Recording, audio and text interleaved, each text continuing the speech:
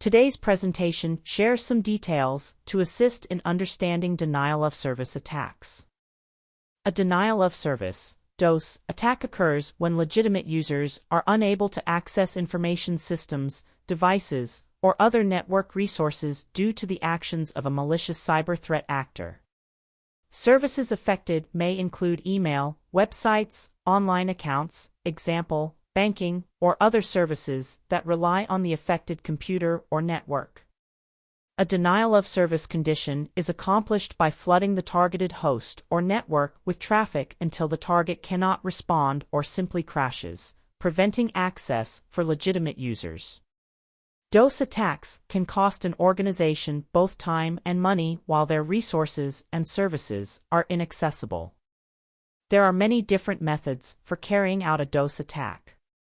The most common method of attack occurs when an attacker floods a network server with traffic. In this type of DoS attack, the attacker sends several requests to the target server, overloading it with traffic.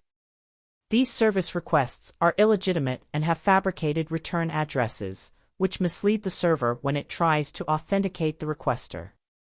As the junk requests are processed constantly, the server is overwhelmed, which causes a DoS condition to legitimate requesters. In a SMF attack, the attacker sends Internet Control Message Protocol broadcast packets to a number of hosts with a spoofed source Internet Protocol (IP) address that belongs to the target machine. The recipients of these spoofed packets will then respond, and the targeted host will be flooded with those responses.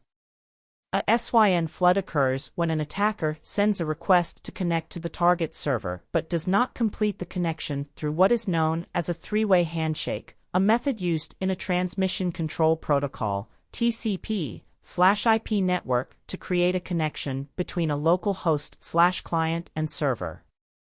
The incomplete handshake leaves the connected port in an occupied status and unavailable for further requests. An attacker will continue to send requests, saturating all open ports, so that legitimate users cannot connect. Individual networks may be affected by DoS attacks without being directly targeted. If the network's Internet Service Provider (ISP) or Cloud Service Provider has been targeted and attacked, the network will also experience a loss of service. A distributed denial-of-service (DDoS) attack occurs when multiple machines are operating together to attack one target. DDoS attackers often leverage the use of a botnet, a group of hijacked internet-connected devices, to carry out large-scale attacks. Attackers take advantage of security vulnerabilities or device weaknesses to control numerous devices using command and control software. Once in control, an attacker can command their botnet to conduct DDoS on a target. In this case, the infected devices are also victims of the attack. Botnets, made up of compromised devices, may also be rented out to other potential attackers. Often the botnet is made available to attack-for-hire services, which allow unskilled users to launch DDoS attacks.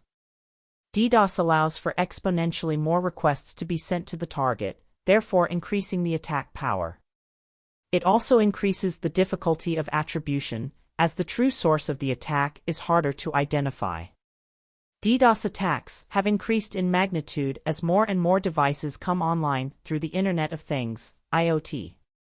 IoT devices often use default passwords and do not have sound security postures, making them vulnerable to compromise and exploitation. Infection of IoT devices often goes unnoticed by users, and an attacker could easily compromise hundreds of thousands of these devices to conduct a high-scale attack without the device owner's knowledge. While there is no way to completely avoid becoming a target of a DoS or DDoS attack, there are proactive steps administrators can take to reduce the effects of an attack on their network.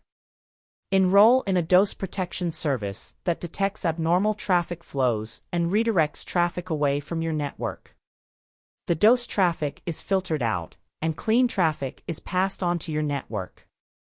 Create a disaster recovery plan to ensure successful and efficient communication, mitigation, and recovery in the event of an attack. It is also important to take steps to strengthen the security posture of all of your internet-connected devices in order to prevent them from being compromised. Install and maintain antivirus software. Install a firewall and configure it to restrict traffic coming into and leaving your computer. Evaluate security settings and follow good security practices in order to minimize the access other people have to your information, as well as manage unwanted traffic. Symptoms of a DOS attack can resemble non-malicious availability issues, such as technical problems with a particular network or a system administrator performing maintenance. However, the following symptoms could indicate a DOS or DDoS attack. Unusually slow network performance, opening files or accessing websites. Unavailability of a particular website or an inability to access any website. The best way to detect and identify a DOS attack would be via network traffic monitoring and analysis. Network traffic can be monitored via a firewall or intrusion detection system. An administrator may even set up rules that create an alert upon the detection of an anomalous traffic load and identify the source of the traffic or drops network packets that meet a certain criteria. If you think you or your business is experiencing a DOS or DDoS attack, it is important to contact the appropriate technical professionals for assistance. Contact your network administrator to confirm whether the service outage is due to maintenance or an in-house network issue. Network administrators can also monitor network traffic to confirm the presence of an attack, identify the source, and mitigate the situation by applying firewall rules and possibly rerouting traffic through a DOS protection service. Contact your ISP to ask if there is an outage on their end or even if their network is the target of the attack and you are an indirect victim. They may be able to advise you on an appropriate course of action. In the case of an attack, do not lose sight of the other hosts, assets, or services residing on your network. Many attackers conduct DOS or DDoS attacks to deflect attention away from their intended target and use the opportunity to conduct secondary attacks on other services within your network.